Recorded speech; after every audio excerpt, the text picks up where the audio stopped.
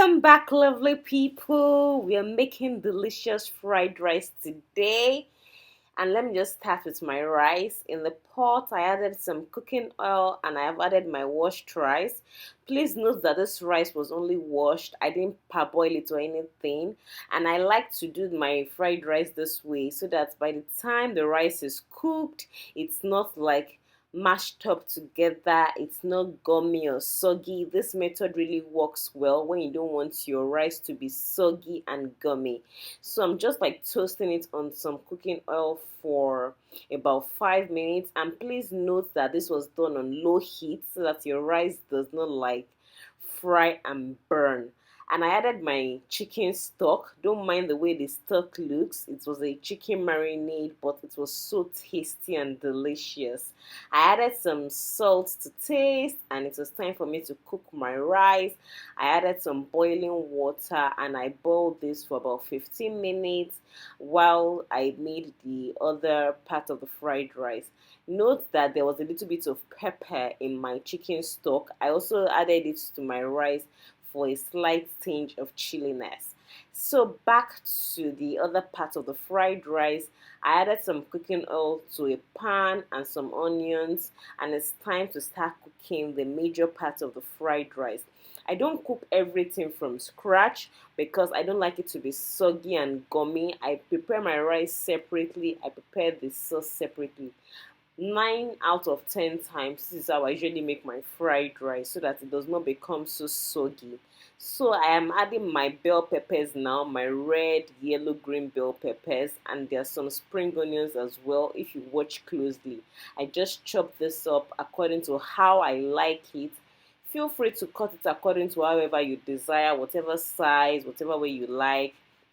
I added some frozen green peas and sweet corn as well. I'm using the frozen ones because I didn't want to use the ones that come in from the cans. I usually tend to use these frozen ones because the same thing, it doesn't become as soggy as the one in the can. If I'm using the one in the can, I drain all the water completely because I don't want it to be soggy at all. This way you're sure your rice will be like one stand one and it won't be soggy. So now I'm adding all my spices, my seasoning, my garlic ginger spice, my paprika, my chili flakes, and whatever thing you want to add, feel free to add it at this point. I didn't add salt to it again because there's already salt in my rice so that it's not too salty, and there was salt in my stock as well.